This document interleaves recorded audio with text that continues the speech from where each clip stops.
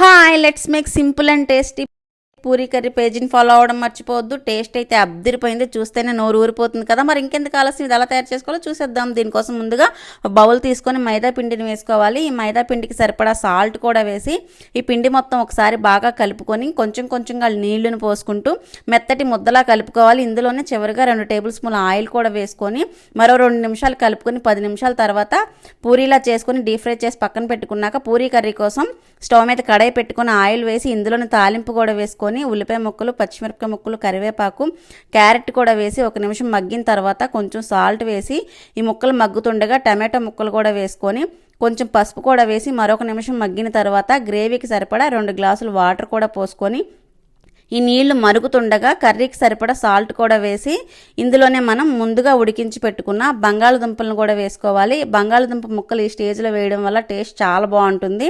ఇలా నీళ్లు మరుగుతుండగా 2 టేబుల్ స్పూన్ల శనగపిండిని తీసుకొని అందులో కొంచెం నీళ్లను కలుపుకొని ఈ మరుగుతున్న నీళ్ళల్లో శనగపిండి మిశ్రమాన్ని వేసుకొని కర్రీ దగ్గరికి అయ్యేంతవరకు 2-3 నిమిషాలు ఉడికించుకుంటే అంతే, tasty and simple Puri curry ready అయిపోయింది. టేస్ట్ అయితే అబ్బిరిపోయింది, చూస్తుంటేనే నోరు ఊరిపోతుంది కదా. పేజీని ఫాలో అవ్వడం మర్చిపోవద్దు. వీడియో ఎలా అనిపించిందో కమెంట్ చేయండి.